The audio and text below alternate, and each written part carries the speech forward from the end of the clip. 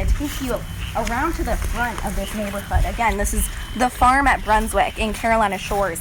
And these neighbors are kind of just milling around. You look up right here, you're looking at a roof that is just completely demolished on this side. Breaking news at 11, Leland police are on the scene right now of a death investigation. Police say it happened on WBNS Road around 9 p.m. Actually, we're getting one of those gusts of wind right now where the wind really picks up and the rain just comes down on you. We got here a little while ago, like I said. The drive down here was not too bad at first, but conditions were getting worse.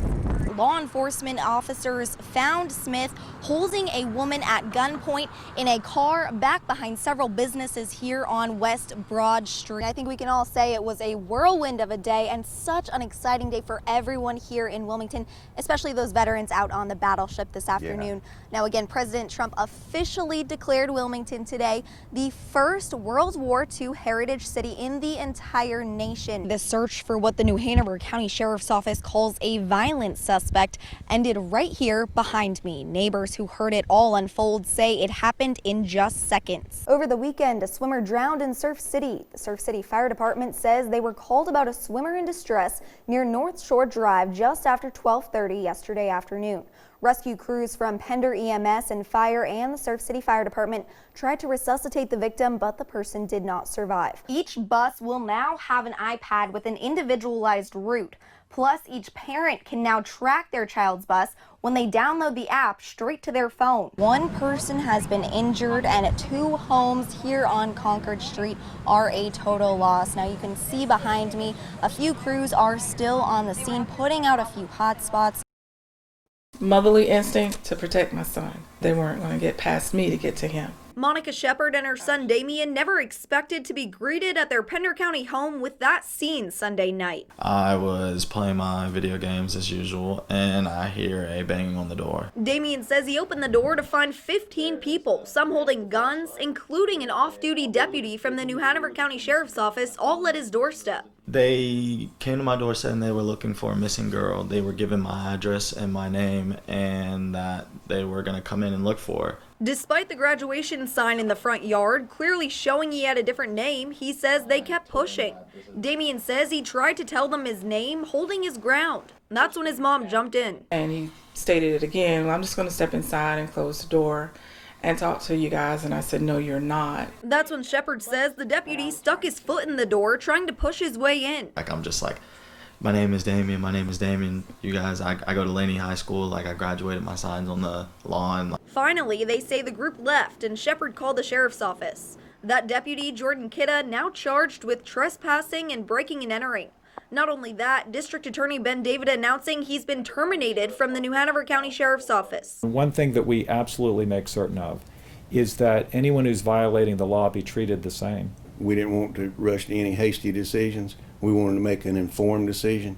The situation was diffused, and we didn't feel like there was any further threat that evening. Still shaken, Shepard says things could have ended much differently. It didn't have to go that way, and just thankful that it turned out the way it did. Every part of the restaurant is needing some type of repair. Every hour there's a new problem that we have to fix. It was devastating, to say the least. I've been through Hurricane Matthew, Hurricane Dorian. Florence was very significant, but this damage was the worst of all the storms. We probably had about 3 feet of water in there. Day 2 of cleanup for Southport. Down at the old yacht basin, some restaurants have many more days of cleanup ahead. We've been through the full moon and the storm surge with Matthew, and water did get into the building, but we were not anticipating the amount of water that got in and how intense the water was. So it's a lot. The water line is at least 3 feet inside the kitchen. On top of the flooding, the owner of Fishy Fishy says they lost docks, siding, and equipment. Across the street, Flava's Ice Cream says they're lucky to not have lost more. Just a lot of junk everywhere. Most of the time in the past, we're used to this being on the waterfront, but because it came so quickly and picked up speed so much, we didn't expect everything, so we did come into a big mess. Manager Mariah Smith says they lost a few coolers and had some roof damage. And on top of the pandemic, Isaias added a whole new layer of setbacks. It's just heartbreaking for the whole town. You know, my heart goes out to everybody, every restaurant, every business that has gone through COVID and now this storm. Over at American Fish Company, an employee says it's going to be a full rebuild. He says a tornado picked up the building and dropped it back down, leaving it teetering on the foundation. We're resilient people, so hopefully we'll be able to open everything back up. You know, just coming together as a community and supporting one another, that's going to be crucial for us to get back open. We wanted something that would really bring life and to bring hope and inspiration. So the spirit of Kobe will live forever. From thousands of miles away, one Bladen County man knew he could do something special. For everybody to be able to feel, that love and the spirit of him and what he stood for, what he represented, and everything he brought to the game. We've told you about Fletcher Collins, who started building custom caskets for families' loved ones.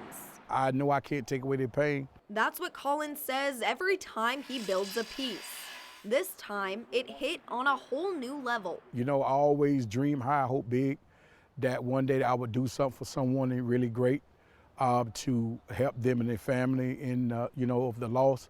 But no, I didn't see this day this soon or early in my life. When Collins got the call from a family friend of Kobe Bryant, he went to work, building a tribute casket for Kobe, his daughter Gianna, and the 7 others that died in that helicopter crash. We are hoping that it would touch his fans and family again in a way that this here piece would be so memorable that it would never ever go away. Just like Kobe's legacy, Collins wanted the casket to reflect that. The Black Mamba, in the Staples Center, because that's where he spent 20 years. In just 72 hours, Collins built the casket, hoping it would embody all the same things the NBA legend did. Thinking about Kobe and what he brought to not only to the NBA, but to all the neighborhoods with the young ones that desire to be like a Kobe, and that one day it'll lead to a smile on their face.